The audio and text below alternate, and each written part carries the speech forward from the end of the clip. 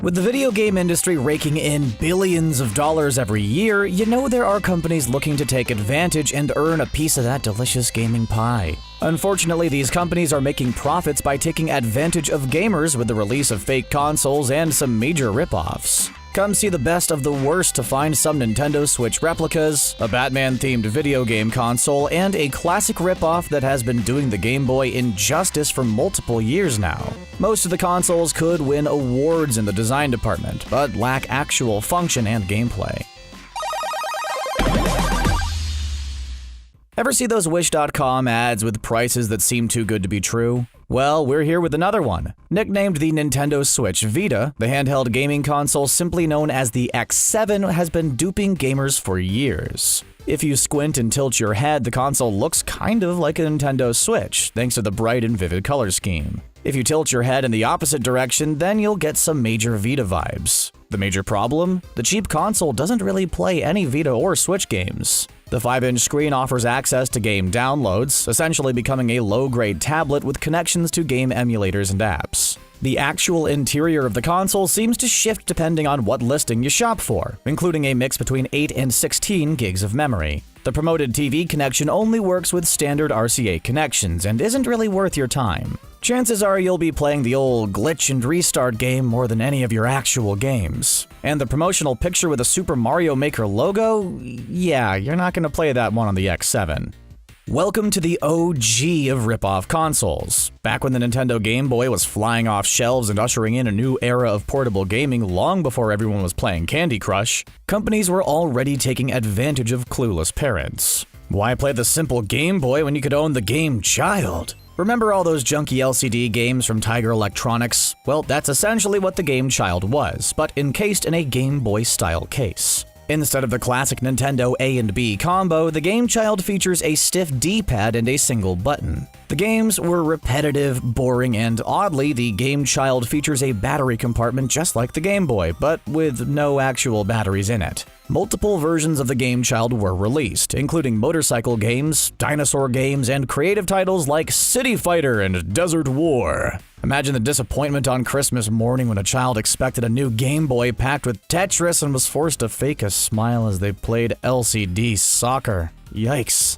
For every new generation of gaming, Sony has supplied us with a PlayStation. Well, some cheap overseas factory would not be undone as they followed in Sony's footsteps with the Polystation. The design team didn't just take a page from Sony, they took all the pages as they developed and released Polystation consoles. Using these same color schemes and designs, the consoles were made to play multiple types of cartridges and ran a simulator with a whole lot of crappy 16-bit action. The Polystation wanted to dupe players so bad, the companies even included CD trays without an actual disk drive. Now that's dedication. And with the PS2 came the Polystation 2. You get the picture. The controller even attempted to duplicate the DualShock, but instead of analog sticks, the lightweight plastic featured 2 input buttons, making the whole layout clunky and uncomfortable. The sad part is that while the PlayStation has evolved and improved over the years, the Polystation has only changed the exterior mold. Every junky game remains on the inside. With the PS5 due for release this fall, you can expect the Polystation 5 with next-gen access to hacked versions of the original Super Mario Bros.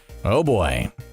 We already saw how companies like Sony failed to duplicate the success of the Wii with PlayStation Move, so why did third-party companies think they even had a chance? Well, they certainly tried, including the rip-off console known as the Weenie. We're guessing it's pronounced Weenie, which is just a pretty silly name for a game console in the first place. But that's not even the goofiest part of this ripoff. The graphics are horrendous, and the pre-packaged games include sports like tennis and bowling that look worse than a Super Nintendo. Not to mention, if you make it far enough to actually enjoy any of these games, the motion controls are often unresponsive and glitchy. Don't be fooled by controller add-ons like a tennis racket or ping pong paddle. This is pretty much as bad as it gets. Even the non-motion games built into the system are pretty junky. Essentially, a whole little amount of money was poured into a white design scheme to fool people into thinking they were buying Wii Sports.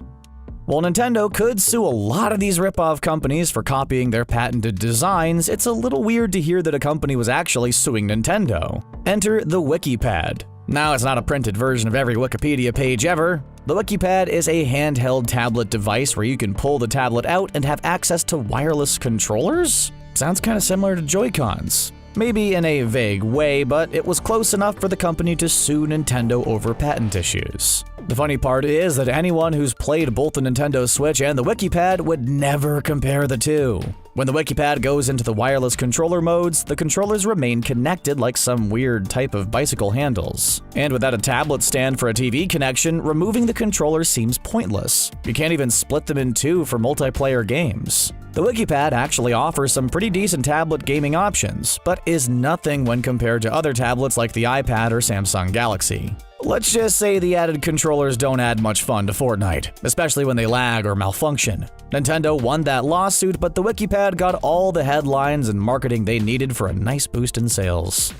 With bright colors and simple inputs, the Powkiddy A19 feels like a Game Boy Color on steroids. The screen is only 3.5 inches, but still delivers pretty great graphics and backlight features. Emulators built into the Powkiddy allows you to play Sega, Nintendo, and MAME ROMs. The Powkiddy, sorry, we just like saying Powkiddy a lot. What a name. Anyway, much like other rip-off consoles, the controls and inputs are junk compared to systems like the 3DS. Sold with a circular-style D-pad, many of the games on the Powkiddy A19 are unplayable due to the junky controls. But you could upgrade for a traditional D-pad as long as you take apart the Powkiddy and install the thing yourself. Yeah, good luck with that. The microSD card allows you to store a whole library of ROMs. Like many other consoles, you gotta visit sketchy sites to order the thing and wait a few weeks for the overseas shipment before you start playing. In that time, you could run a pretty great emulator on your Android phone. If you loved visiting malls as a kid, chances are you came across a kiosk selling some sort of rip-off console. Those unregulated kiosks got away with so much, including acting like these consoles were the must-own Christmas presents of 2003. Anyway, the consoles were all essentially the same. A pair of cheap plastic controllers was paired with a light gun and packaged with hundreds of NES-style games. The console was often shaped like an Xbox or PS2, even though the contents and hardware could fit in the palm of your hand. Our favorite ripoff of them all? It has to be the Batman. Not only for the fact that the console featured an extra T in Batman, but because the console has absolutely nothing to do with Batman. There's not even a Batman game included in the ROMs, and long before Arkham Asylum, Batman games were mostly junk anyways. On top of that, the game box art doesn't even feature Michael Keaton's Batman or Val Kilmer. Heck, we'd even respect an Adam West Batman on the package. Instead, we get 1997's Batman and Robin. Yeah, Mr. Bat Nipples himself, George Clooney. Yeesh, we'd rather just watch Batman and Robin again. Why buy a used PSP when you could purchase a brand new Retro Game 350? The handheld system allows you to play PS1 ROMs, along with a number of other systems. When it comes to rip-off consoles, the Retro Game 350 is worth the bigger price tag because the company behind the machine actually put some effort into the controller design. Not only is the analog stick placement comfortable, but they feel smooth and react like they're supposed to. The D-pad works smoothly, and emulated games come extremely close to their original releases. Oddly enough, the console includes inputs and options that don't quite work yet. A mini HDMI input should work for TV connections, but their firmware isn't quite up to date yet. You're stuck in portable mode with the Retro Game 350, but that's not always a bad thing. The other negative? The console comes packaged with an empty software package. All the games and ROMs you gotta go hunting on your own for. From there, it's all about testing each one. So you'll have a whole lot of trial and error before you can actually sit down and enjoy the thing. Still though, if you're going to go down the knockoff route, the Retro Game 350 isn't your worst option. Taking a page from Microsoft's weird naming scheme for the Xbox, we present the PX3600. It's like Xbox 360 but times 10, as in 10 times the ripoff. Depending on where you buy it, the console could be referred to as the PX9000, X-Game 3000, and probably soon the PX Series XX. Series 20? It's like, I don't know. The controllers look like the original Xbox Duke went on a keto diet, and the promoted rumble feature is nothing more than a slight vibration which seems to randomly trigger without any specific in-game association. And you never know which controller will come with the vibration. Out of the 4 packaged controllers, only one actually has the rumble feature. The controllers also feature 4 input buttons, but a majority of the Atari games built into the system only need 1. The best game you'll play with the PX3600 is shooting everything right into your trash can. It's not even worth plugging into your television. Don't let the fancy clear green plastic fool ya. And we saved the best of the worst for last, because the Dreamcast isn't just some console knockoff. It actually uses a real Dreamcast console to play games. In a design that could have saved the real Dreamcast from disappearing, the Dreamcast is a portable version of the Dreamcast with a flip-up screen and battery pack. The console runs Dreamcast discs, and several versions of the console were sold before Sega slammed the legal hammer down and ended the Dreamcast for good. Along with official games, the Dreamcast allowed you to play burned games, video CDs, and MP3 CDs. Basically, this was the Switch years and years before Nintendo even came up with the concept. While original sales ended, you could dig around and find the Dreamcast for sale from various websites. If you still have old Dreamcast games lying around, the purchase might be worth it. Yeah, we definitely want to try out the Dreamcast. Do you think the original console was underrated? You ever waste money on a rip-off console? Which one would you want to own? Your parents ever get duped by a crappy console or rip-off game? We've all been there. Well, let us know in the comments below. Thanks for watching, and don't forget to subscribe to The Gamer for more great content.